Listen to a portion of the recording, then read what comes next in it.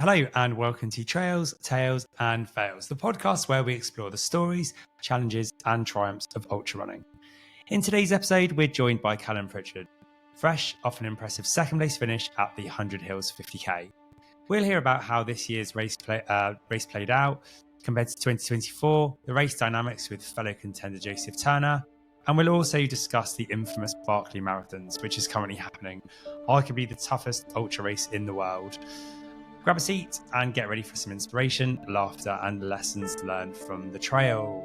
As always, if you like the pod, please give us a review and share us on socials.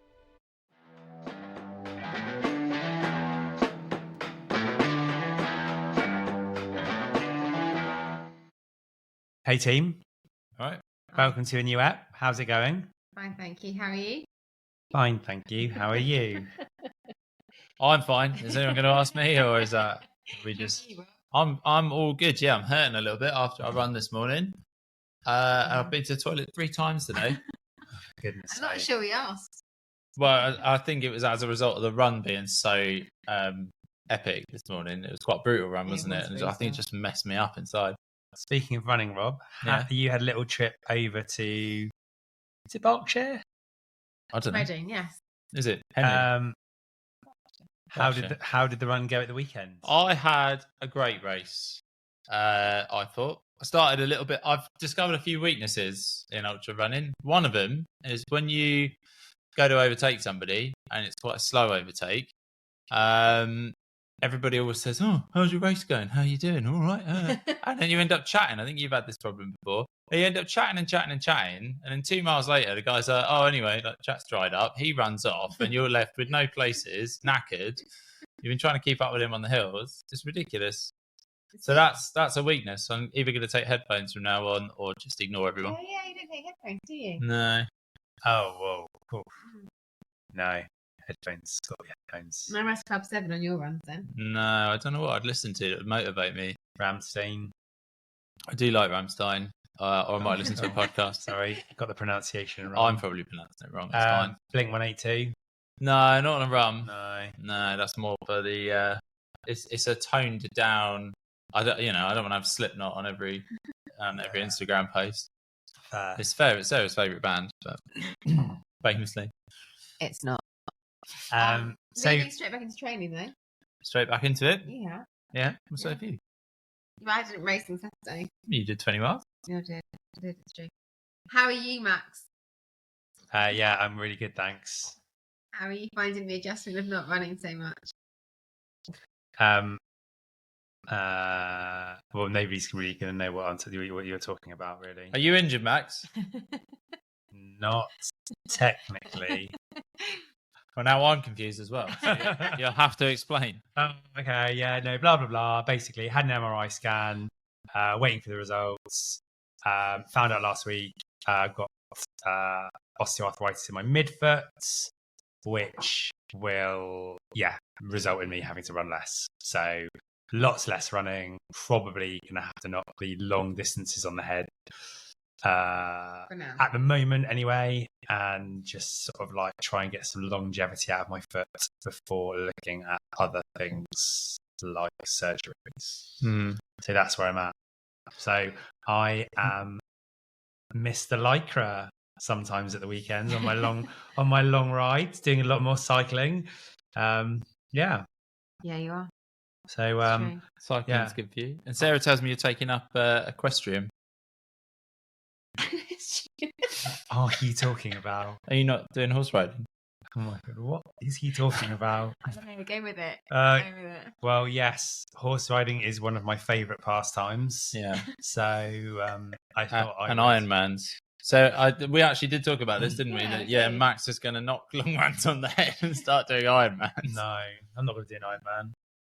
No, because that's still like 4 to 5 hours on your feet. So no, I hadn't planned to do an Ironman. Well, on a bad day, probably knock it out. Triathlons? Thought about that? Oh yeah, let's move on. So what's next on the race calendar for you, Rob? For me, South Downs Way next. South Downs Way. You're not going to sneak anything in before that? Maybe. I don't know. I don't know what there is. It's not that far away, really, is it now? We're talking 2.5 months. No, it's all getting into a bit of a muddle because I still want to do Mallorca, and then if I don't do that, I want to do Surfing Trail. There's a backyard ultra, but I think you told me that clashes with something. It's a week before the South Downs Way. Oh, is it? So yeah. Yeah. If it was a week after, that'd be all right. Yeah. But yeah. So South Downs Way, and I've had a grilling off of Sarah that I need to try harder. It's not grilling. It's like a motivational talk. Oh, are they the same motivational talks that I get? Very similar. You've done very well on your bike this Yeah. week. Yeah. Thanks, babe. Thanks. No, but cycling is still going to be good improvement for running, even at short distance. You tell me, you're the coach. Yeah, well, at the moment it's just still it's all still a bit raw. So yeah, that's where I'm at with it. I'm very, very good at putting on a brave face, but actually, yeah, it's a bit raw. Yeah, there we go. I've got a race coming up. Oh, okay. Let's talk about you then. I just thought you might be steering. I think you're feeling awkward, so I tried to steer. Are you? Oh, go on, Karen. I'm doing the South Downs Way 50. Mm. That you did. Is that an official What? acknowledgement? I didn't know we were talking about that. Yeah, in South Downs Way 50. We're allowed to talk about it on Sarah's super secretive list of races. That I'm not like others who know. But, no, I got that on the 12th of April, which I'm looking forward to, and the Centurion one. That'd be good, yeah. It's a good one, pretty one. Yeah. Bit of a fun run. run. Beat your time 2 years ago. Yeah, but I'd just done. Oh no, I was doing London Marathon afterwards. Yeah, so that's my excuse. Yeah, you'll get the excuses in early, and hands down. If Sarah beats your time, you'll be like, "Wow, you should be pretty killed out on that one." That was my second ever ultra. Yeah, to be fair, you should beat it. What did you run it in? What did you run it in? I got just under 8 hours, so it was about 7 hours and 58 minutes or something. Yeah, but hang on a minute. You also were at the point where you were running sub 3 hour marathon, so you were clearly fit at that time. So what you try? So it's not like you weren't well conditioned to go. No, so clearly I was just taking it easy. Right, here we go. So 2 weeks after taking it easy at the 50, I ran a sub 3 marathon. Which is epic. It is epic. So. Okay. Well, that was all very defensive. I know. Oh God, princess, you okay? Are you running the South Downs Way 100? I don't know. I think you should. At the moment, it seems like a silly thing to do. When this goes out, can we get a thing on Instagram with a poll? Yes. And then who thinks that Max should run? Go on our Instagram, and who thinks Max should run the 100-miler? Let's message all of our mates that say yes. Yeah. I think just keep it. I think everyone will be supportive and they'll want to do it. Yeah, well, we'll see. They'll want you to do it, mate. They'll want you to get 100-miler under your belt, injured, so that next year we can talk about it and you can go, I'll run it injured. And Sarah might beat my time. Oh, my God. We'll see. So our List Ultras group has been full of Barkley Marathons messages. So all kicked off yesterday afternoon. Rob, have you been following what's been going on? I haven't.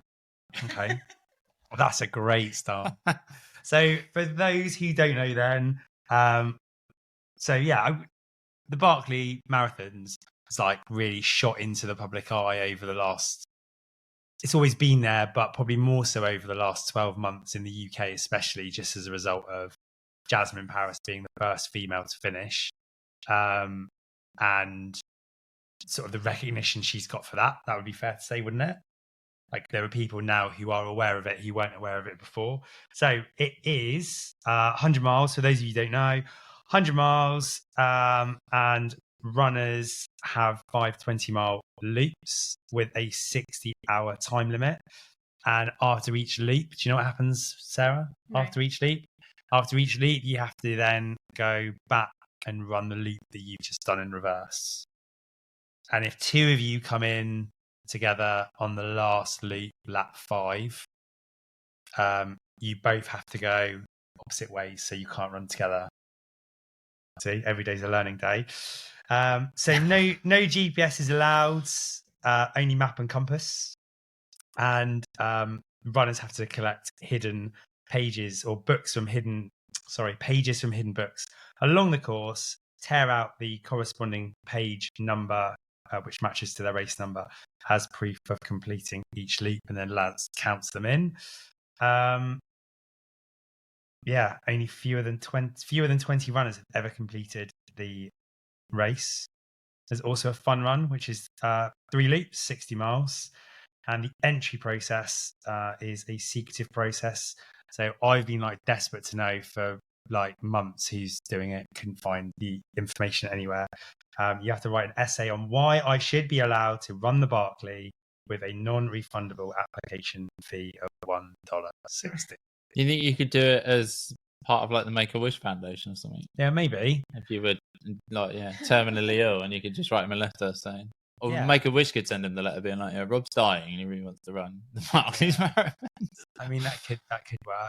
There are probably sort of moral issues with that, but you can quiet Sarah, you okay? Yeah, I'm taking it all in. It's about the Barkley, not about the trying to get an entry. I'm not terminally ill, it's fine.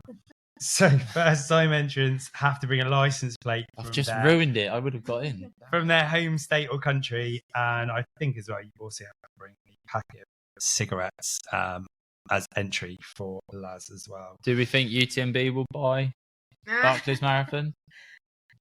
Yeah, there was a joke about that actually that I read. Can't remember the punchline. So a bit wasted. But yeah, I think it wouldn't make sense, would it? There's just be too much health and safety red tape, which means that an organisation like UTMB couldn't do that. You think that's why he's made it so much harder this year?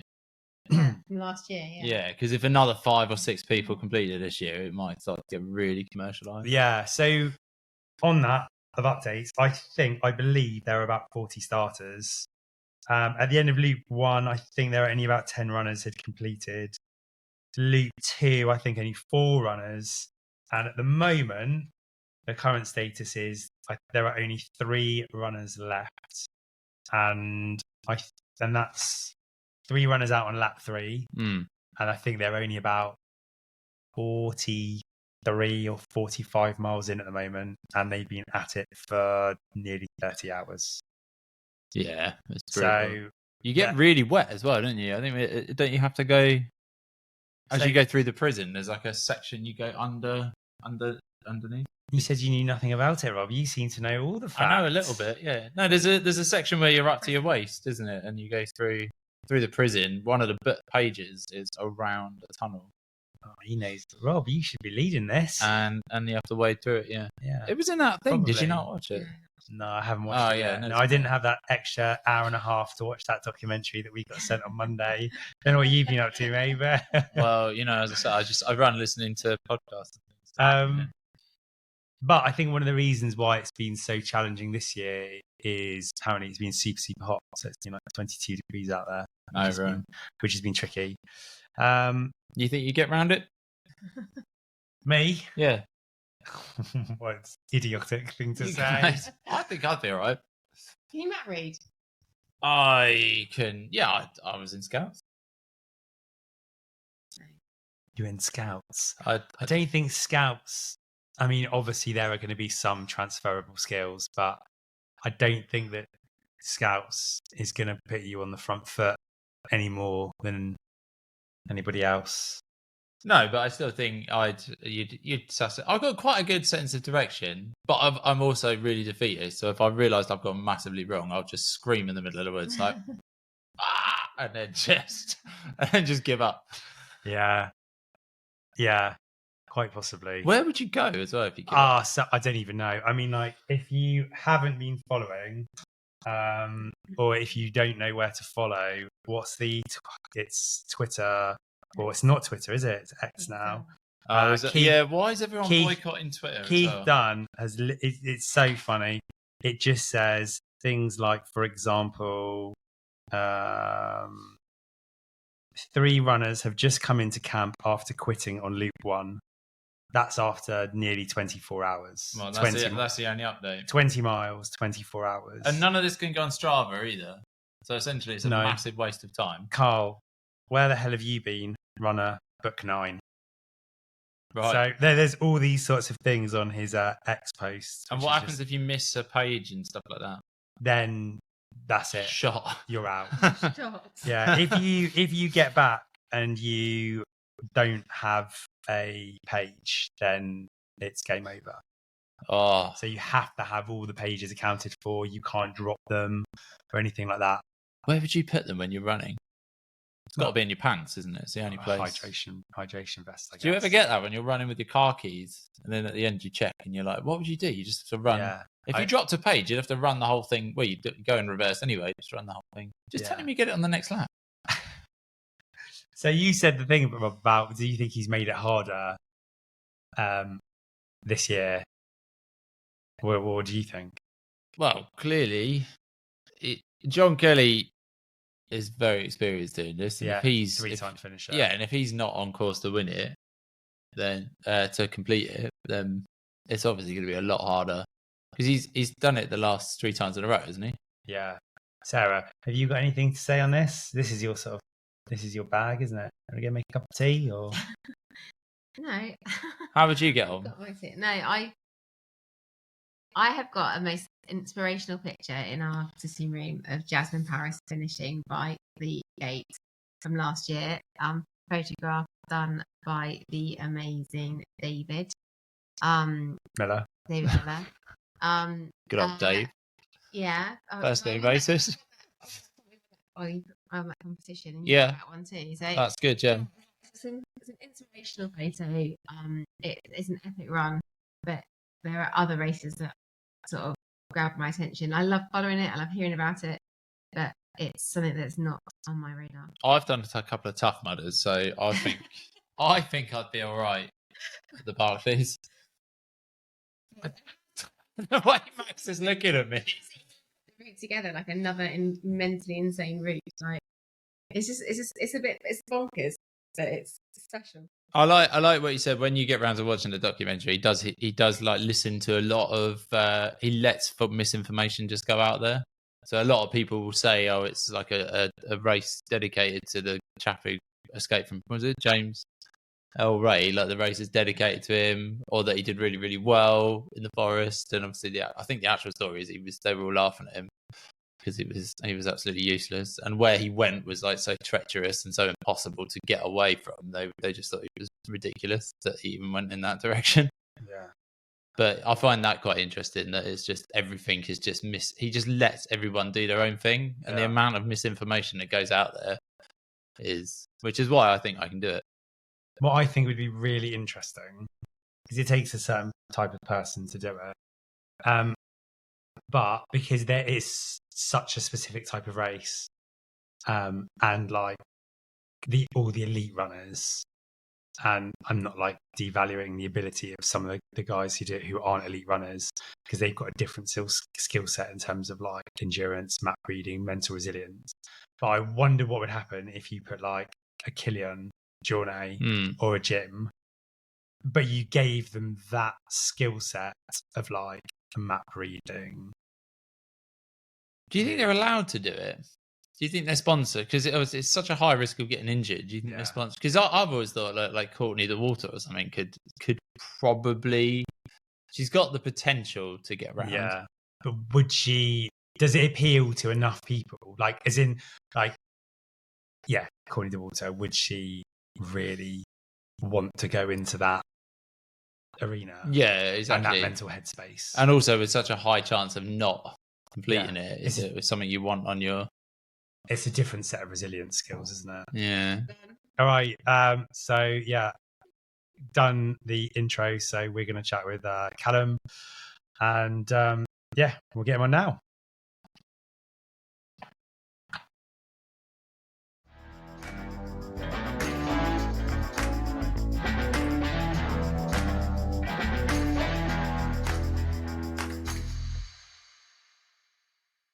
I'm not going to stitch you up, Max. Hi, Kallum. Hey. How you doing? Congratulations on your second place at 100 Hills on Saturday.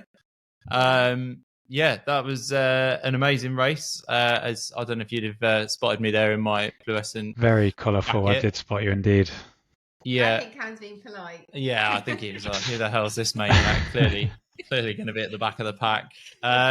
Yeah, no, I spotted you quite early on I didn't recognise you to start with, but I spotted the guy who was stood in snow with a sleeveless top on, and I thought to myself, he's one to watch. He's definitely going to be in the top 3 here. So no, perfect. Congratulations. Thanks for having me on. Appreciate it. Yeah. All good, mate. All good. It's a pleasure to have you on. First of all, obviously, how did you find the race? To be honest, it went a lot better than I expected. I said last year, I did it last year as well, and come second to Mark Derbyshire. I said before that I was going to do some hill training. Didn't do any hill training. Suffered on the hills. Mark absolutely schooled me, as he does to everyone on the hills. And then I said I'm going to come back and do some more hill training and come back this year. I did no hill training, so it went a lot better than I was expecting it to go. To be honest. Yeah. On obviously, last year the weather was. I didn't do it last year, but I'd heard the weather was absolutely horrendous. It was a lot boggier. Yeah. So obviously you've got all your hill training in for this one.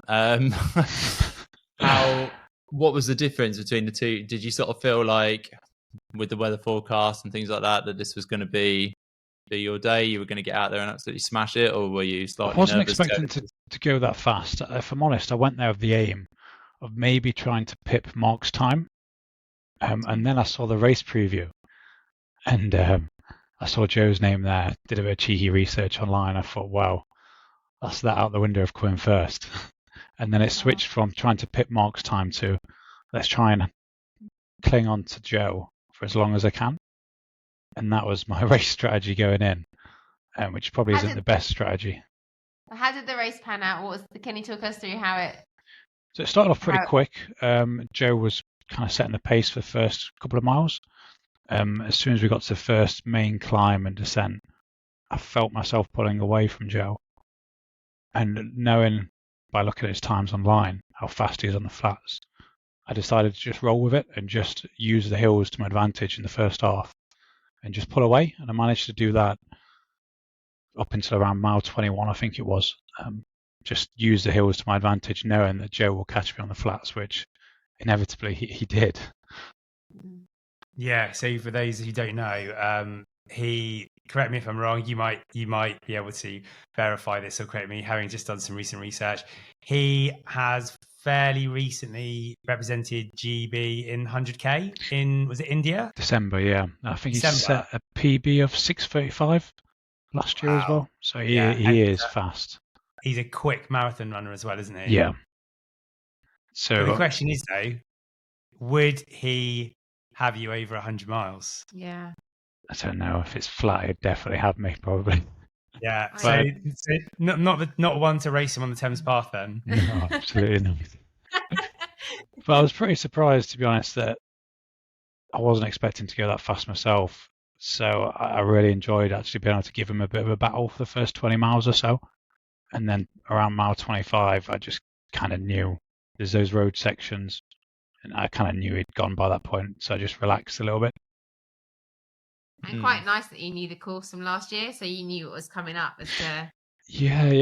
I did a recce of it 2 weeks ago, and I tried doing the course in some carbon trail shoes, hoping to go fast, and it was just a nightmare. It just wasn't workable. So I made a decision 2 weeks prior to use, some really quite technical trail shoes rather than the carbon road shoes. In that 2 weeks, it's completely dried up. Everyone's there in the carbon road shoes, and I'm there in completely the wrong shoes. But yeah, it just goes to show how good the conditions were. Yeah. Mm. How do you guys at the front of the pack approach some of the bigger hills? After the midsection, once you got back to Stoner Park, there was an absolute monster of a hill coming back out of it. How do you guys sort of just take it easy up those, walk as fast as you can? There is no way in any reality, it doesn't matter how much I train on hills, I cannot find you can't run up that hill. I think from memory, all the hills in the first half I ran, and then some of the ones in the second half I was starting to break it down to 10 seconds run, walk, and I'd just count down in my head, 10 down to 1, and then change and transition from each just to mix it up a little bit. But I was going hell to leather on all of the hills to try and make up for Joe's flat speed, and it just. So I was digging out blind on the hills, and it got to a point it just wasn't sustainable.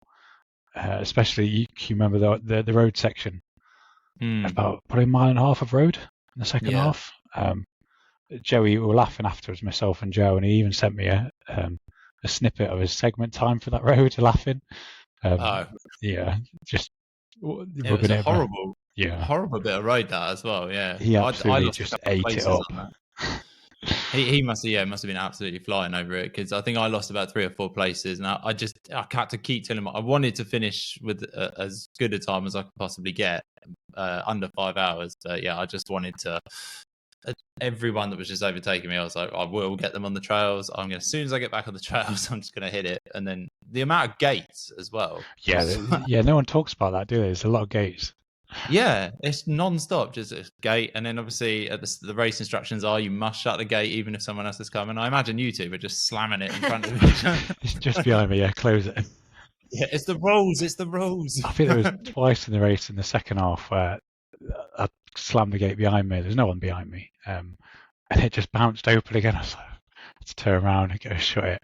Yeah. That is the worst. That is one of the most annoying things about gates, is when you slam it behind you and you start running, and then you just look over your shoulder and you see it just metal on metal, bounce straight off and just ping open. Bye-bye, 2 more minutes. Yeah, it's frustrating, isn't it? Just a quick one. You said about like making that conscious decision to run the hills in the second half, like 10 on, 10 off, 10 on, 10 off. Is that like a strategy that you just adjust to in the races as you go, or do you sort of practice that period of time on and off, running, walking? So I do practice it when I start to do long hill sessions and stuff like that.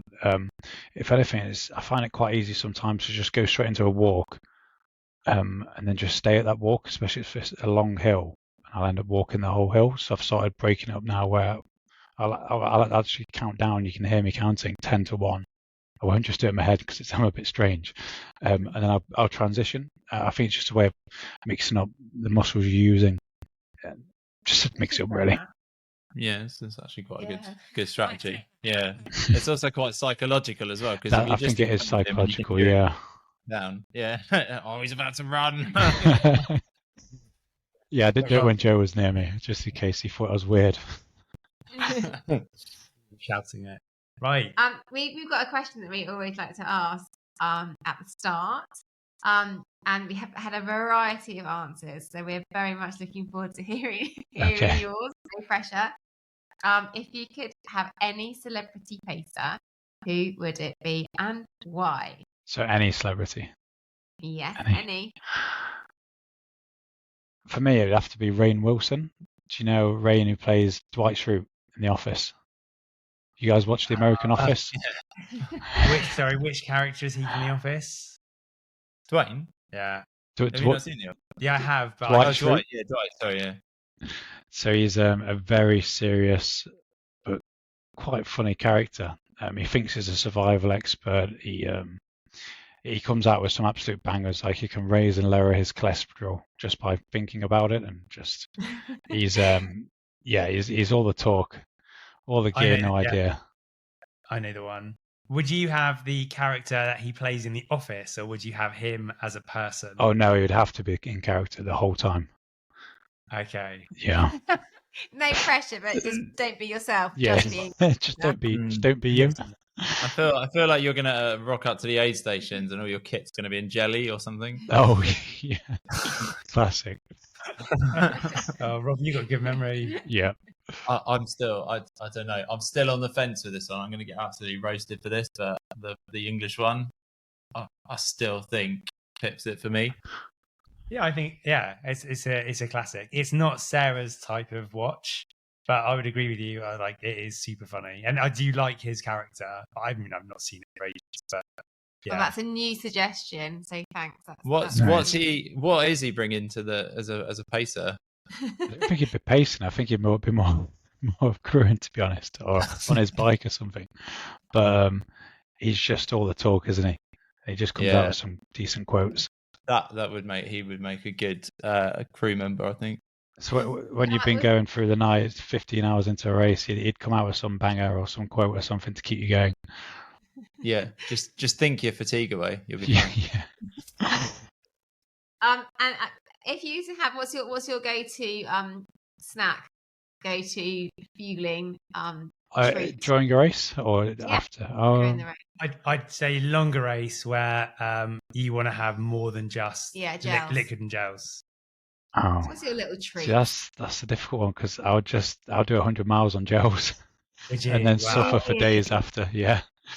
Do you? Yeah. Can I ask? Am I allowed to ask what brand? Yeah. What brand do you use? It changes depending on whatever's cheapest on Amazon, to be honest. I'm starting to get into nutrition a bit more now, to be honest, as I'm trying to be more competitive. A few of the lads at the running club had a bit of a pop at me because I was using some gels and apparently they weren't dual source or something. So I've been told to change, and the 100 Hills was my first time using the SIS, the Beta Fuel, I think it is. Yes, these ones. Go on here. Right. Why have you got that? How convenient. Because I took it out with me on my long ride on Saturday and couldn't be bothered to put it away. And you just put it next to you for the podcast that you weren't even sure was going to come up. Great. Again, that's I'm not sure. Flavour? What's your flavour of choice? I think I got orange because it was cheapest on Amazon. I'm pretty cheap. I can endorse the lemon and lime. I should try that when it's on offer. Oh, gels. That's not normally. I couldn't do 100. See, I struggle with. I did Country to Capital earlier this year, even for a shorter race, and I was having gels for that the whole way. And a friend from the running club was randomly out on the course, middle of nowhere, with jelly babies. Go, come on, Kallum, here's some jelly babies. I'm doing like a 6-minute mile. Put these jelly babies in my mouth, and they're in there for about 5 minutes. It's like I just can't eat any solid food when I'm running. But you've got your 10 seconds of walking on the hills. That was my strategy at 100 Hills. Is every time I walk on a hill, I was like, get the sweets out, sweets. Yeah, I don't recommend his nutrition either because it's just busy fangs. Yeah, my nutrition. You can't go wrong with that. If that's my post race. Yeah. Also, what we'll do is we'll talk about training maybe in a little bit, if that's okay. So you've done a few Centurions, you've done 100 Hills twice, you've done the Thames Path.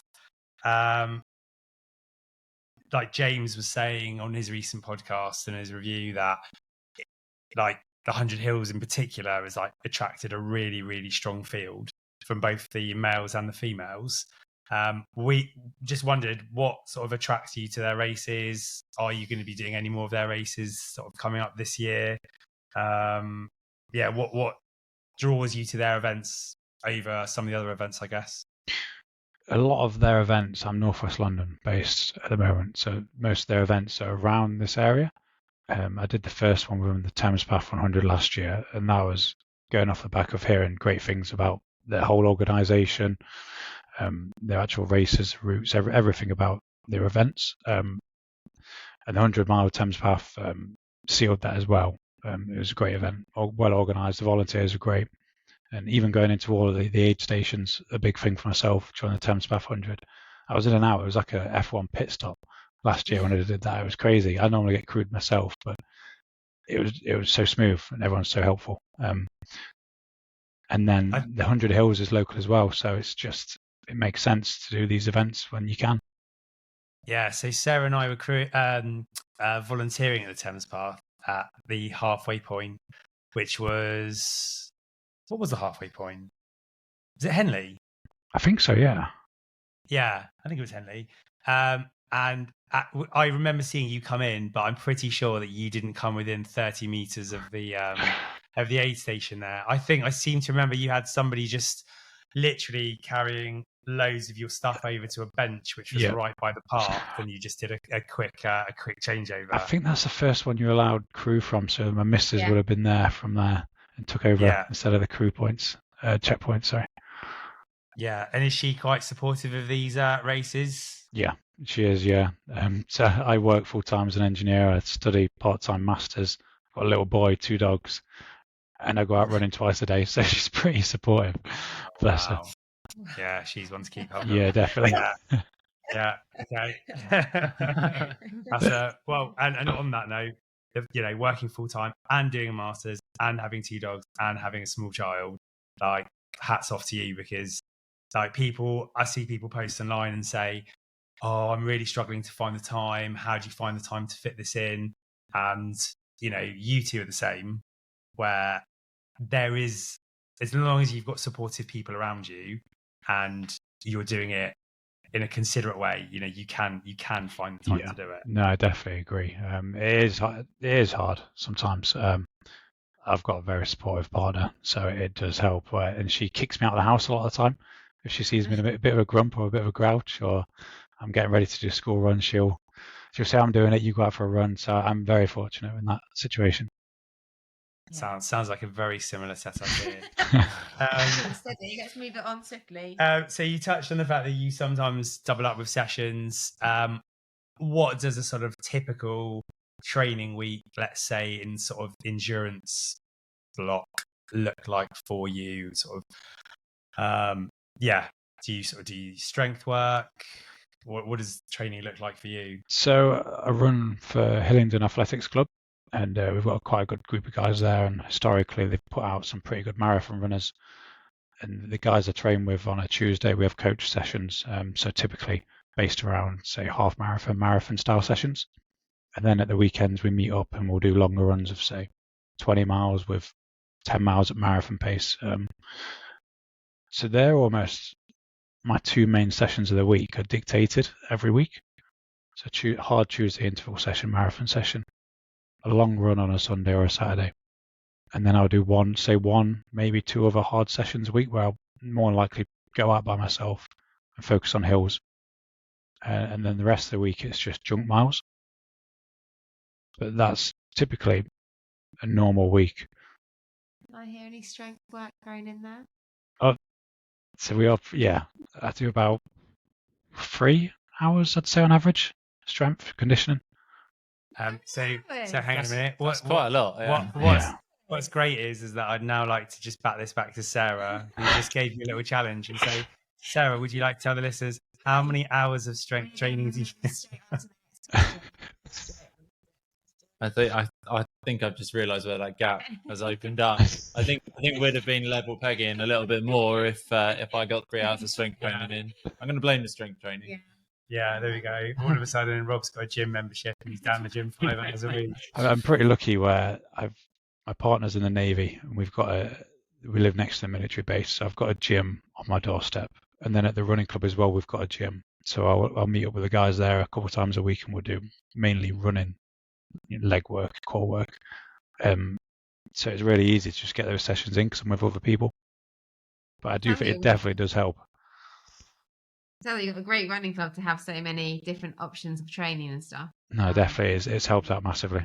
It's probably the main reason why I'm seeing such improvements over the last year or 2.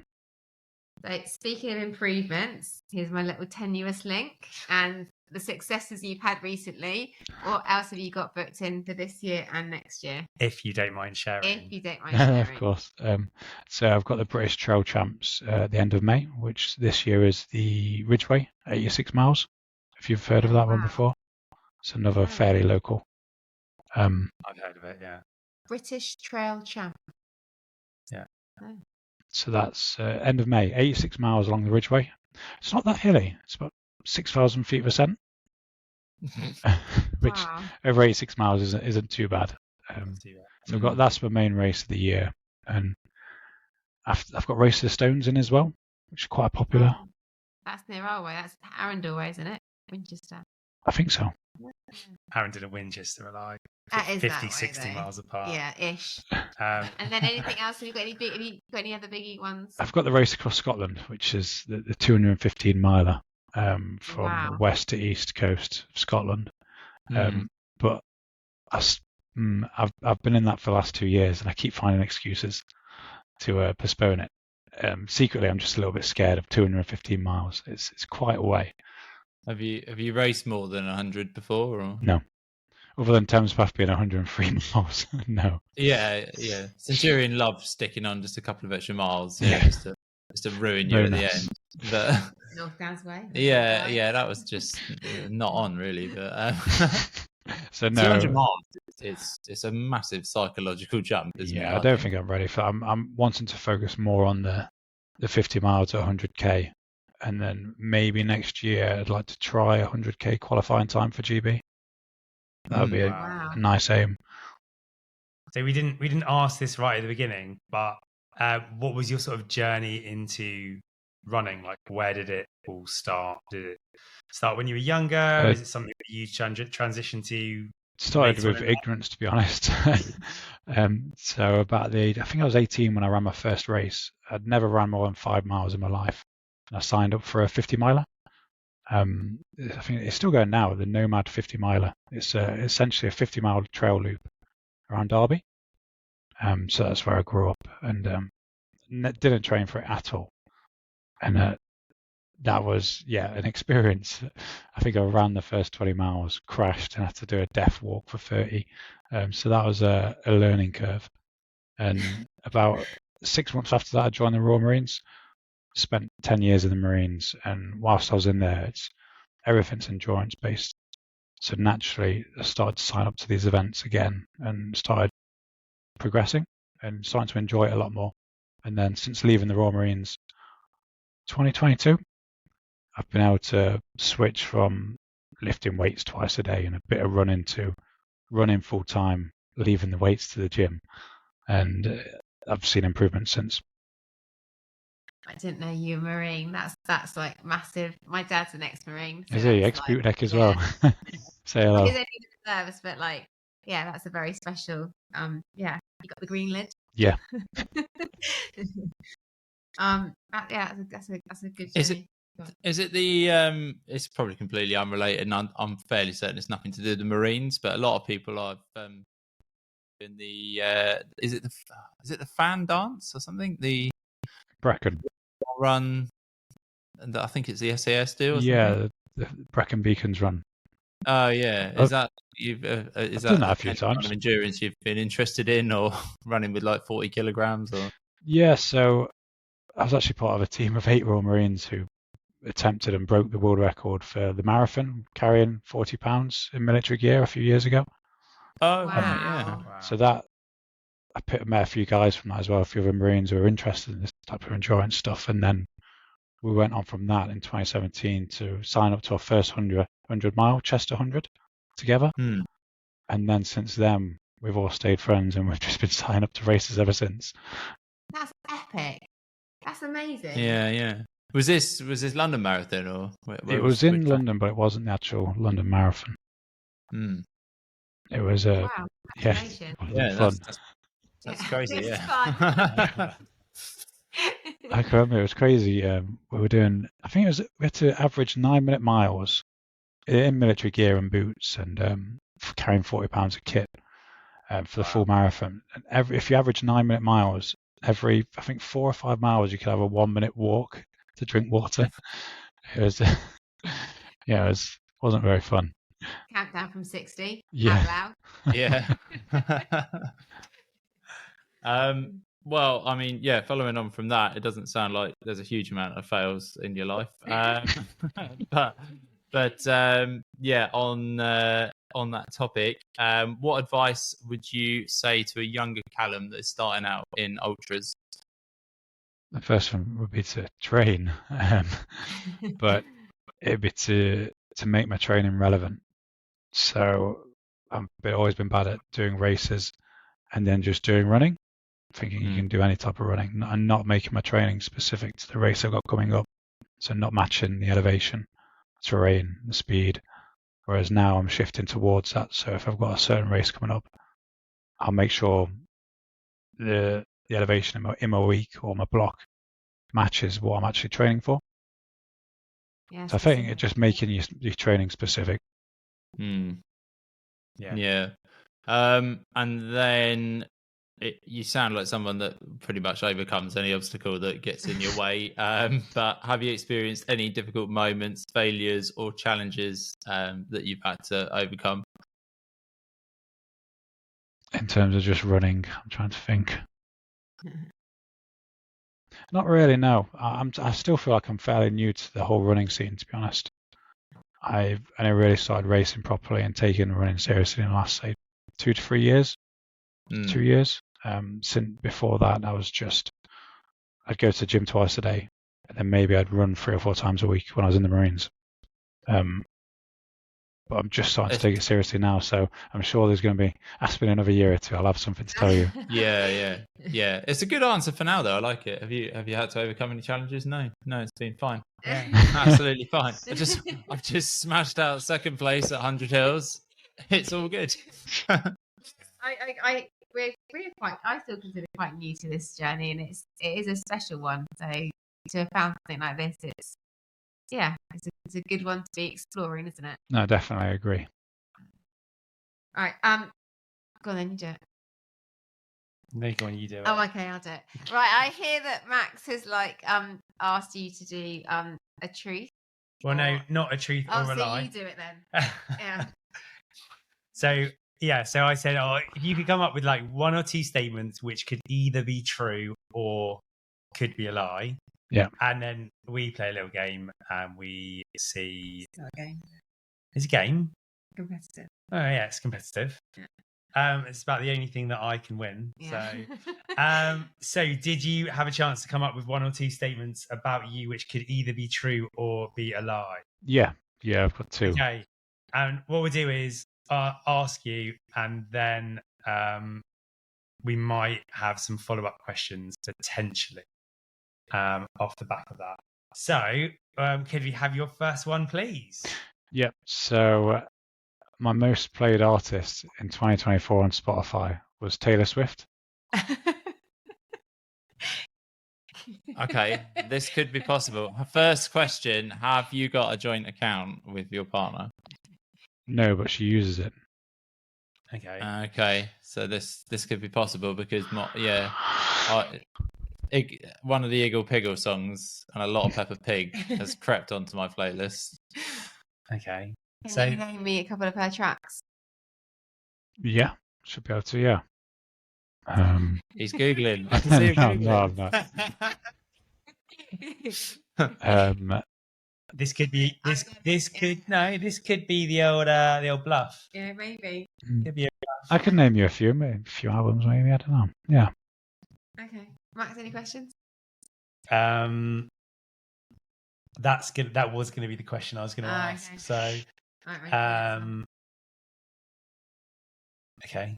So, what's your pace while you're running to Taylor Swift? So, any pace to Taylor Swift. She's got the fast and the slow, hasn't she? Time it for the sleigh up the hills. Okay, please let me have the second one. no, we're going to do the answer for this one now. Oh, are we? Yeah. Oh, okay. I'm going to go with. There's 2 ways of looking at this, but I think that just because it's not really that sort of running, I can't imagine getting into like a really decent running session listening to Taylor Swift. And as you seem to have not had answer. Go. Oh my god. Go. When mum and dad fight. Fine, I'm just gonna go with false. I'm going true. He's definitely got Taylor Swift. I'm gonna go false. I'm going false. It is true. I'm a big Swiftie. Oh, it was. I've got no shame. Even in the Marines, I'd have Taylor Swift poster next to my bed, and I'd get tore a new one about it. But She's not your celebrity pacer. I didn't think about that actually. Yeah, that'd be good. Yeah. Oh, well done, Rob. Thanks. Well done. Yeah. You need to keep score. Okay. And we'll come back in a minute. Kallum, Rob, you came up with one, didn't you? Yeah, for my first ever ultra, I missed the start by 5 minutes because I was in one of the portaloos. This is so possible. And I ended up coming second. by 4 minutes. Yeah. That's pretty impressive. Have you got any questions? What race was it? Oh, that's a good question. It was trying to think of an impressive race now. It was the Winter Cross. Now, it could be because he has done that race twice before. I haven't done it twice. Some of the Portaloo queues before a race are pretty big as well, aren't they? Let's be honest. Yeah. Yeah. Well, I'd started. I hadn't realised they'd gone.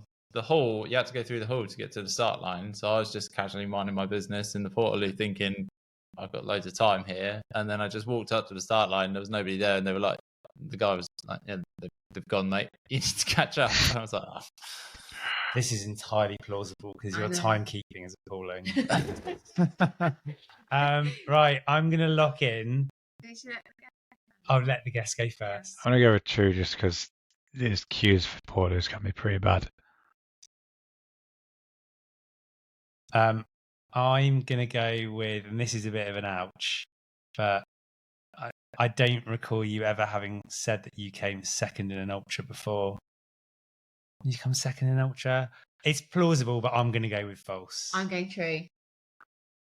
It's true. Got a trophy and everything. Yeah.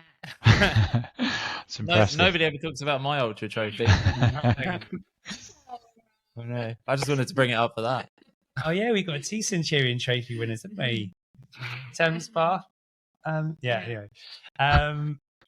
So what about yours? I'm afraid this has to be only to you, Callum, because I really struggle because these two just know too much about my know everything. I came up with a rubbish one last time, and they're all pretty rubbish.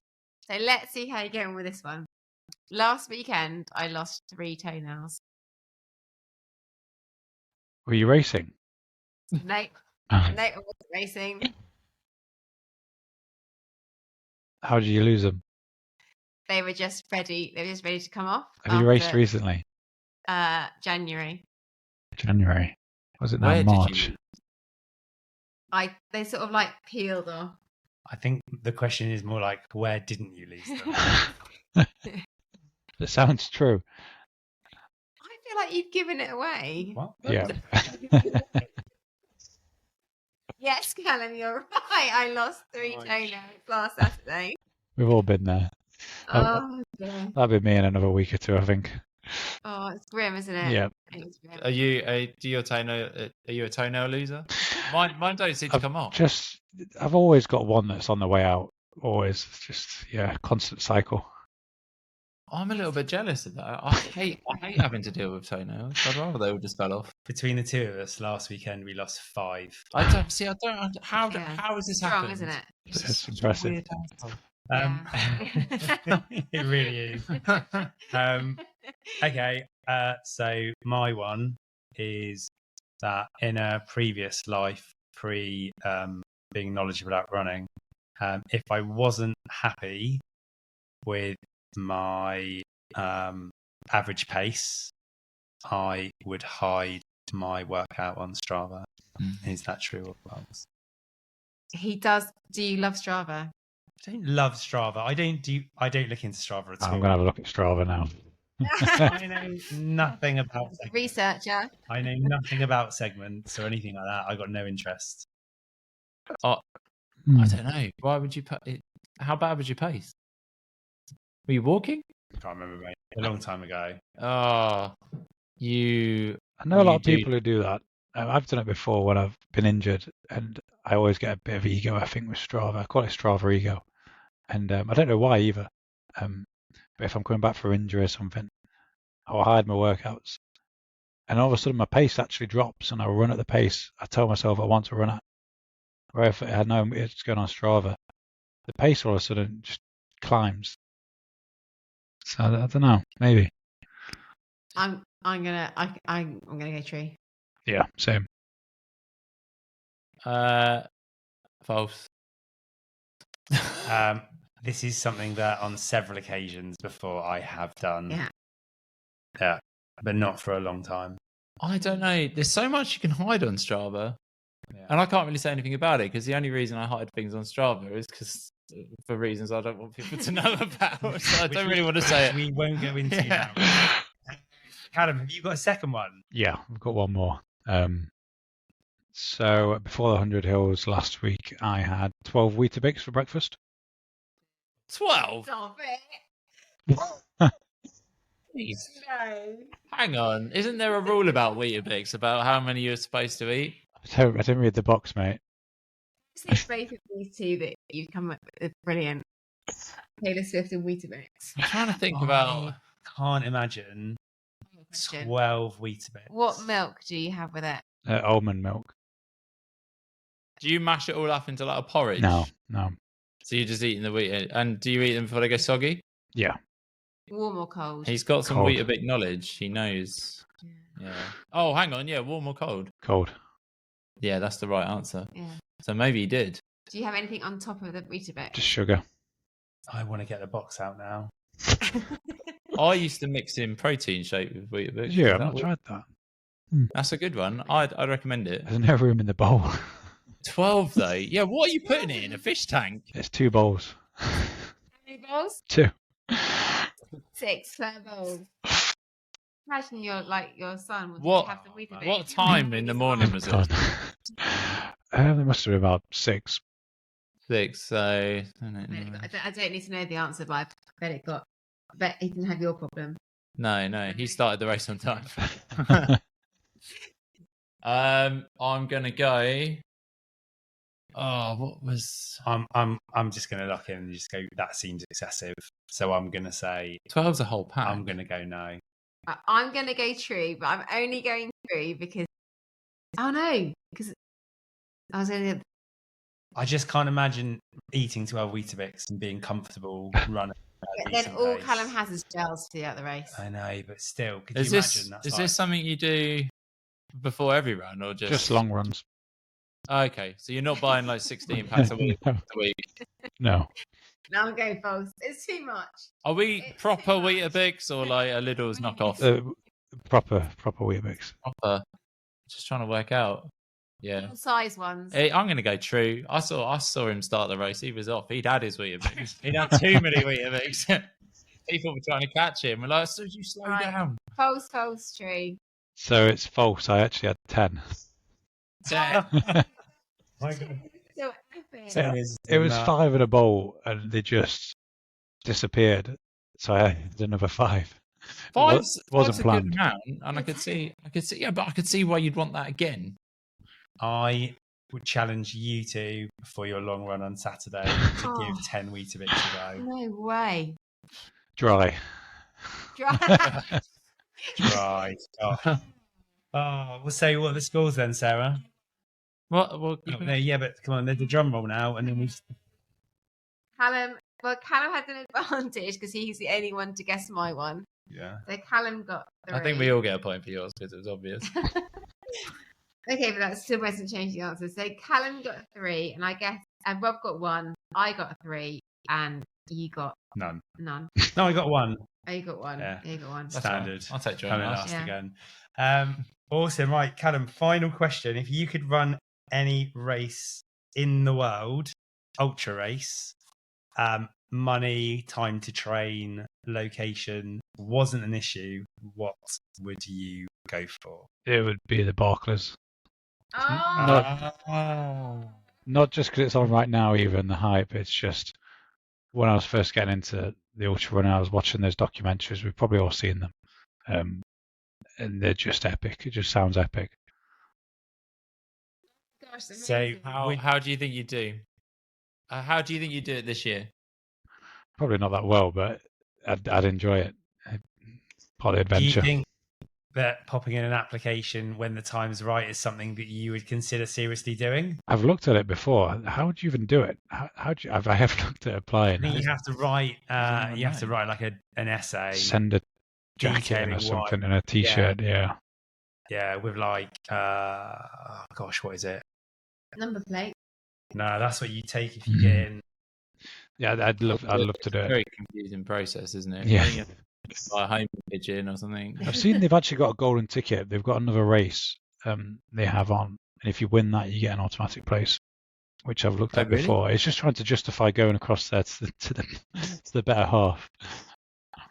Yeah. We all have to have those difficult conversations. Yeah. There is one in the UK now that he's given his blessing to, isn't Really? there? Yeah, I think it's a Barkley's Marathons, but it's spelt slightly differently. And I think as a joke, they asked Laz if he would endorse it, and he just turned around and said, "Yeah, sure." I think I've seen this before. Yeah. Yeah. But apparently it is quite hard. He has looked at it, and I think he endorsed it because he said it is quite a challenging run. So there is, I think it's down in Cornwall or Dorset somewhere. And with your marine background, you got the. I bet you're good at the old map and compass and navigation. You like to think, yeah, but I've had my moments. that for me, that's the lots of factors, but for me to have the map and compass, I'm like, oh no. Yeah. I struggle to follow the signs. Sarah will just end up in California. Tap. Amazing. Awesome. Well, Kallum, thank you very much for coming on. It's been great chatting to you. Oh, Well it's done been a again on pleasure. Thanks for having me. your second place at the weekend, and look forward to seeing what you get up to in future. Good luck with the British Trail run in May. Thank you. Appreciate it. Yeah, I'll follow that. Yeah. And good we'll luck. look forward to seeing you in this 200 Scottish. mile, yeah. If I'm there, we'll see. Yeah. You heard it here first. That's it. No, thanks, guys. Appreciate it. Awesome, Kallum. Cheers. Cheers. Bye.